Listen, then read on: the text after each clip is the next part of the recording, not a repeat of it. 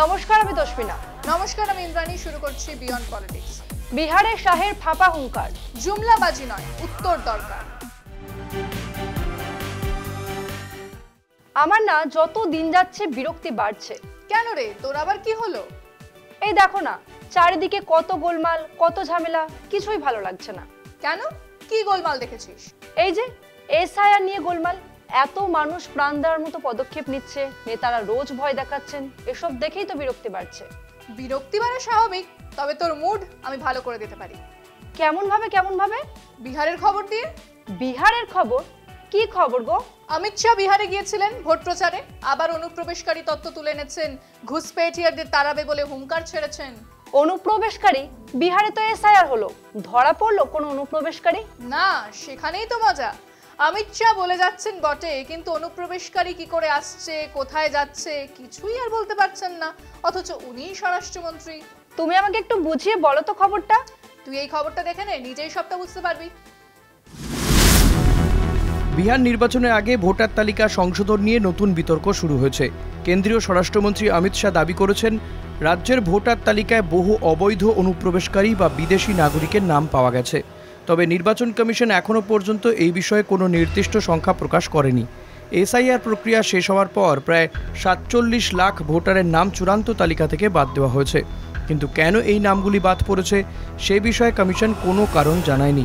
শাহ বলেছেন, এই নামগুলির মধ্যে শুধুমাত্র যারা ভারতীয় নাগরিক নন তাদেরই নাম মুছে ফেলা হয়েছে।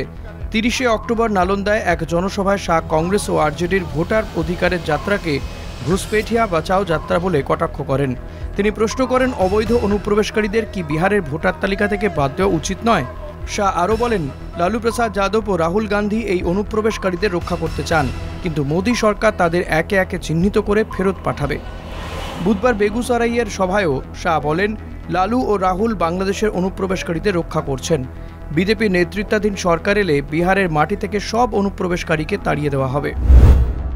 নির্বাচন কমিশন ২৪শে জুন জানিয়েছিল, অনুপ্রবেশকারীদের উপস্থিতির কারণেই বিহারে বিশেষ ভোটার তালিকার নিবিড় সংশোধন জরুরি ছিল। খসড়া তালিকা অনুযায়ী ৬৫ লাখ নাম বাদ দেওয়া হয়েছিল। এর মধ্যে ২২ লাখ মৃত, ৩৬ লাখ স্থানান্তরিত বা অনুপস্থিত এবং ৭ লাখের নাম একাধিক জায়গায় পাওয়া গিয়েছিল। কিন্তু ৩০শে সেপ্টেম্বর প্রকাশিত চূড়ান্ত তালিকায় এই তথ্য আর দেওয়া হয়নি।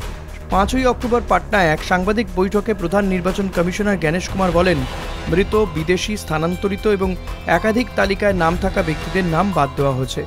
তবে কতজন অনুপ্রবেশকারী পাওয়া গেছে সেই বিষয়ে তিনি কিছু জানাননি।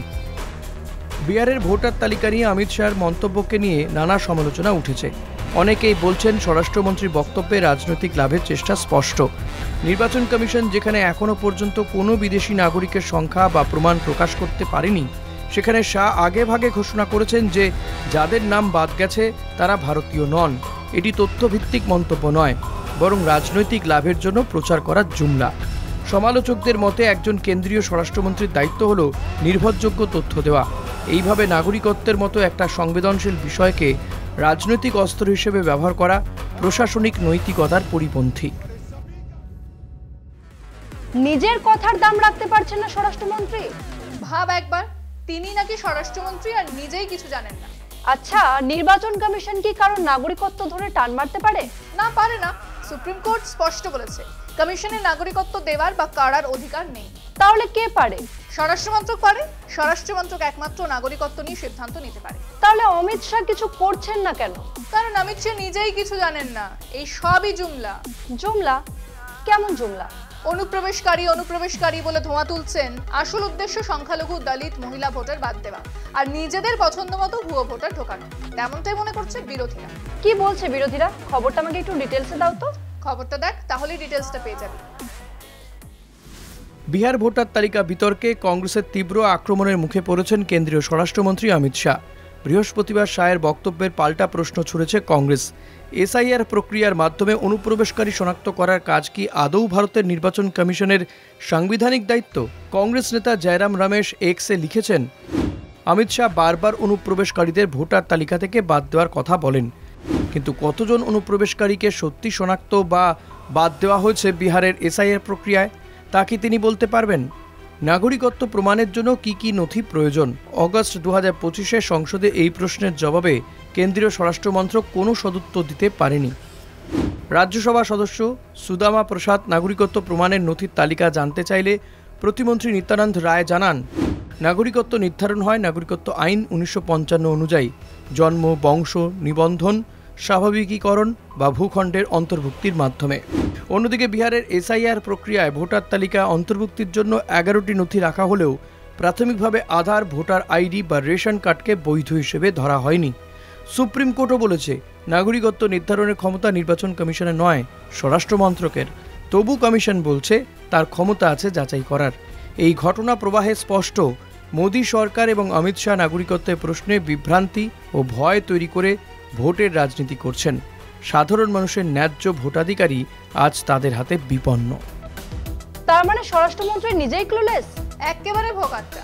উনি নাটক শুরু তো করেছেন, কিন্তু ক্লাইম্যাক্স কি হবে নিজেই বুঝতে পারছেন না। মানে বলতে কি চাইছো?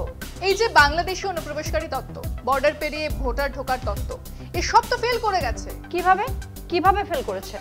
গোটা বিহারে এসআইআর করে কমিশন এখন অবধি কজন অনুপ্রবেশকারী ধরতে পেরেছে তা বলতে পারেননি। স্বরাষ্ট্র মন্ত্রক চুপ। কিন্তু কেউ তো একটা ঠিক। মানে বলতে কি চাইছিস? বলছি, যদি অমিত শাহ বলেন যে অনুপ্রবেশ হয়েছে আর যদি কমিশন তথ্য না দিতে পারে অনুপ্রবেশের, তাহলে ঠিক কে? সেটাই লাখ টাকার প্রশ্ন। আর সেখানেই গোল খাচ্ছে মোদী সরকার। কেমন গোল? অমিত শাহের দফতর নিজেই বলতে পারেনি ঠিক কোন কোন ডকুমেন্টসের উপর ভিত্তি করে নাগরিকত্ব দেওয়া হবে। বাহ, কি অবস্থা! চলো শেষ করি। তাই বিয়ন্ড পলিটিক্স আজকের মতো এই পর্যন্তই। দেখতে থাকুন কলকাতা টিভি, রাত দিন 7 দিন।